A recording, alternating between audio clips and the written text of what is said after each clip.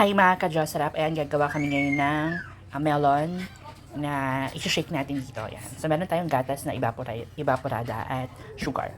Okay? So tara, nagpabili din pala ako ng ice cubes. Yan yung ice cube na gagamitin natin. Pero syempre hindi ito lahat, no? Super dami yan.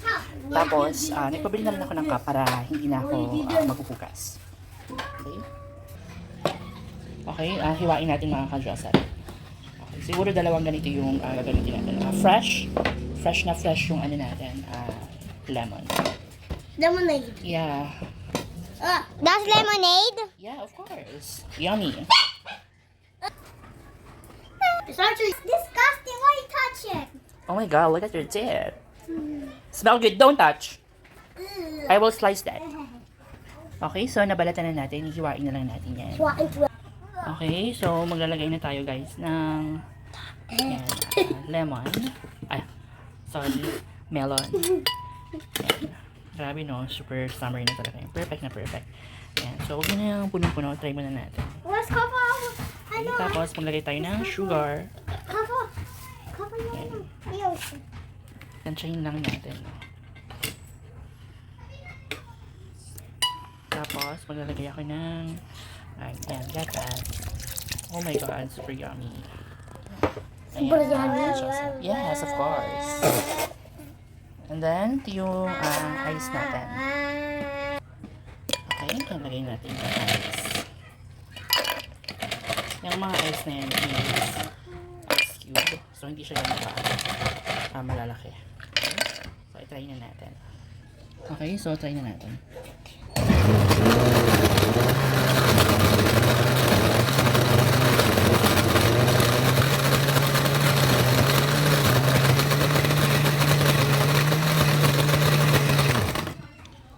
Okay, perfect. Okay, so dinagdagan ko na. super sour. And, okay. And meron tayo itong King Adley. Tapos meron naman ako dito taga-Paypayan. Kasi baka mamaya may langaw.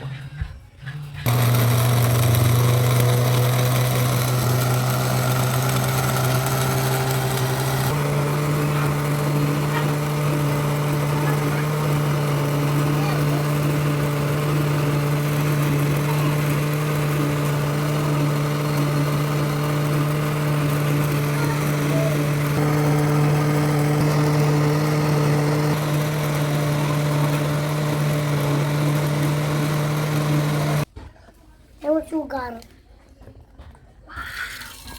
Nalalagay siya, guys. Yan. Ay, lipat muna natin. Sigagawa tayo ng panibago.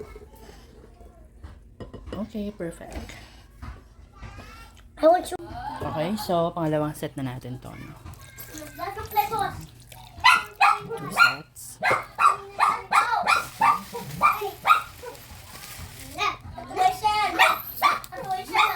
Tapos, nalagay tayo na ice.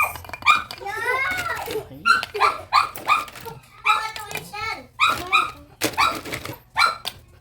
Takpan natin. Ayan mga ka-Josara, perfect. Oh my god. Ayan. Okay. So, pwede na to. I think pwede na to. Masyado nang marami yun. Mali, dalawa yung nagawa ko. Ayan. Don't like a box. But I did.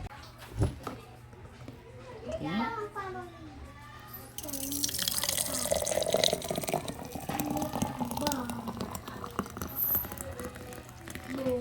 Oh my gosh, perfect. So puff. Okay. So, ayun na sila guys. Tapos ako gumawa ng milkshake, melon. Tapos kumakain sila ng chips. Okay. Siesta time kasi ngayon mga ka-Josarap.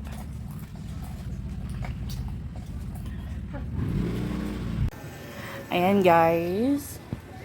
Mga ka-Josarap, bumili ako ng panggupit ng sorry, ano ba tawag dyan? Razor, yan. Kasi yung isang aso namin, pinag-groom namin. Depende pala sa ano no, sa bigat. Yung presyo. Ito kasi super bigat nito. So, papatak talaga to ng mga 900 plus. Eh, saktong-sakto, dumating na yung razor na binili namin. Kaya naman, yung kapatid ko, susubukan daw niya. So, dito na kami sa labas ng bahay testing. Dahil sobrang init ng panahon ngayon, yung mga aso sa terrace namin. Grabe. Isang ko ba ng sobra? Saktong ano lang, Gupet. Sa terrace, alam mo yung init talaga. Pero meron silang fan doon, yung diklit lang naman. Pero, hinihingal sila. Tapos lalo na to, Ba, ang nanginig mo? super kapal lang ano niya, balahibo. Yan. Tapos, makaka-jaw, sarap ang bigat niyan.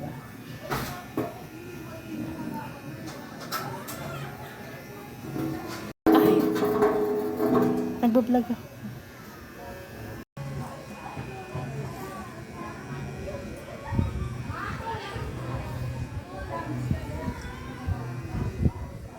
Yan. Okay. M&M. Hindi ko alam kung malinaw tong ano na to. Itong ginagamit ko ngayon na phone. Kasi yung isa kong cellphone, my God. Lumobo yung gilid. Hindi ko alam kung bakit.